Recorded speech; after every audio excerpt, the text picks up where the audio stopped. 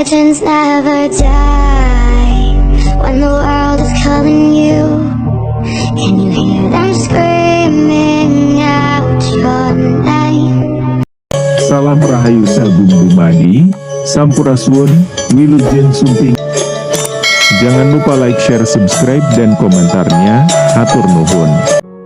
Sak beja-beja nekang lali, luih beja kang eling lawan waspada. Meski tidak punya apa-apa tapi mau dikatakan memiliki segalanya, meski rendah tapi mau dikatakan tinggi, meski miskin tapi mau dikatakan kaya. Meski hanya rakyat biasa mau dikatakan penguasa, meski pembangkang sejati mau dikatakan penurut. Sifat angkuh adalah sifat negatif manusia, tapi Satrio Piningit mampu menstrukturisasi sifat negatif itu menjadi positif.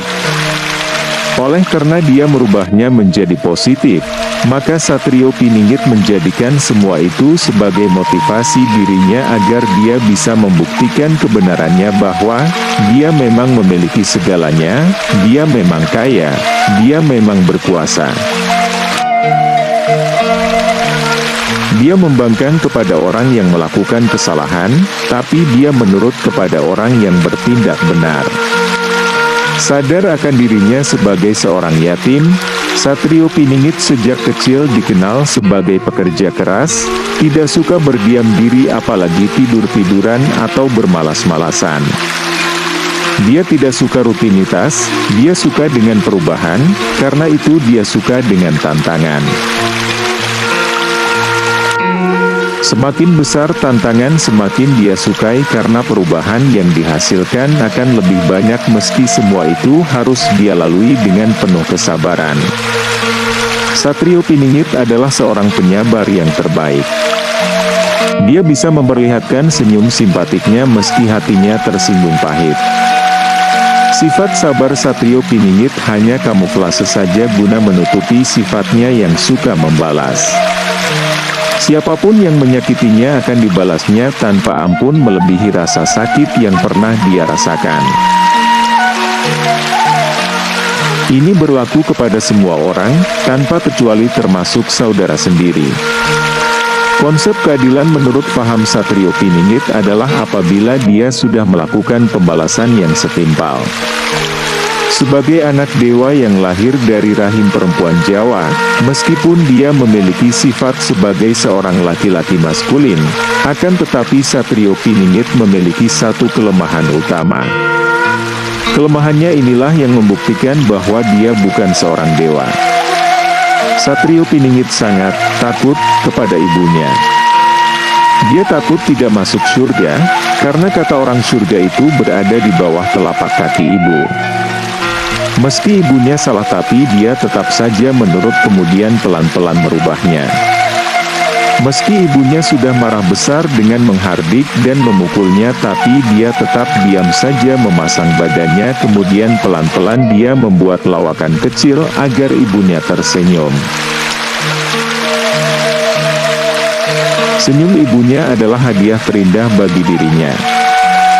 Satrio Piningit memiliki paham bahwa segala derita ibu saat ia berada di dalam kandungannya dan rasa perih, sakit yang tak terkirakan yang ibu rasakan saat dia dilahirkan harus dibalas dengan cara membuat ibu tersenyum terhadap putra kebanggaannya.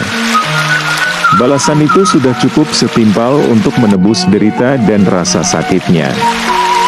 Akan tetapi menurut paham Satrio Piningit, air susu ibunya adalah hutang abadi yang tak mungkin bisa terbalaskan sampai kapanpun dengan cara apapun. Semasa hidupnya, Satrio Piningit senantiasa membaktikan dirinya kepada ibunya. Setelah ibunya meninggal dunia, bakti itu belum berakhir.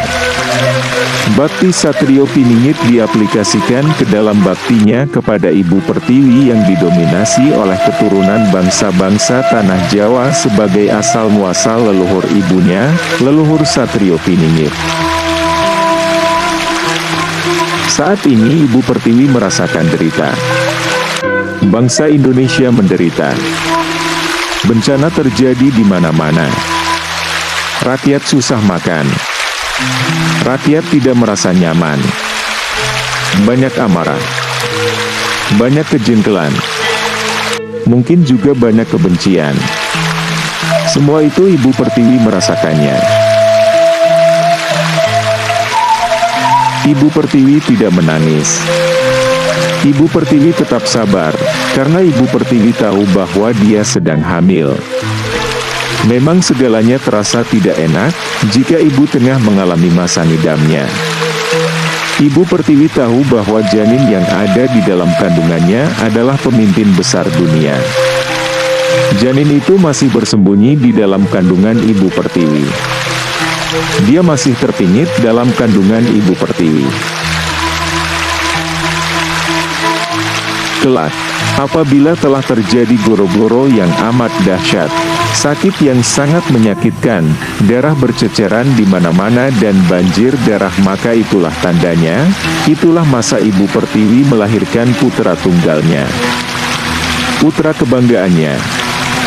Putra yang diidam-idamkan. Putra yang telah lama dinanti-nantikan. Putranya itu memiliki nama yang terdiri atas 9 huruf sahaja. Putranya itu akan memimpin Indonesia dan dunia. Meskipun dia seorang laki-laki, tapi dia memiliki gelar Ratu Adil. Itu disebabkan karena dia memiliki juga sifat feminim, seperti Ibu Pertiwi yang cantik jelita ini.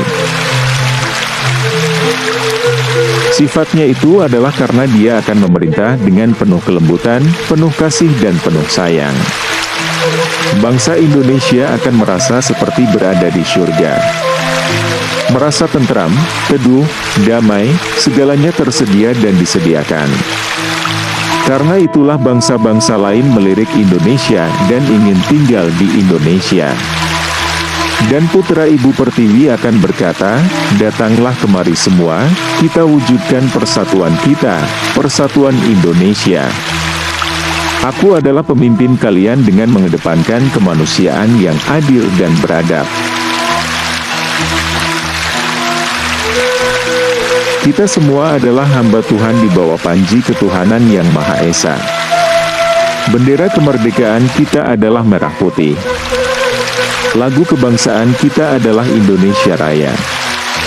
Segalanya dan semua yang kalian nikmati ini awalnya dimulai dari orang Jawa, dari tanah Jawa, kemudian menjadi raya disebut Indonesia yang artinya satu untuk semua.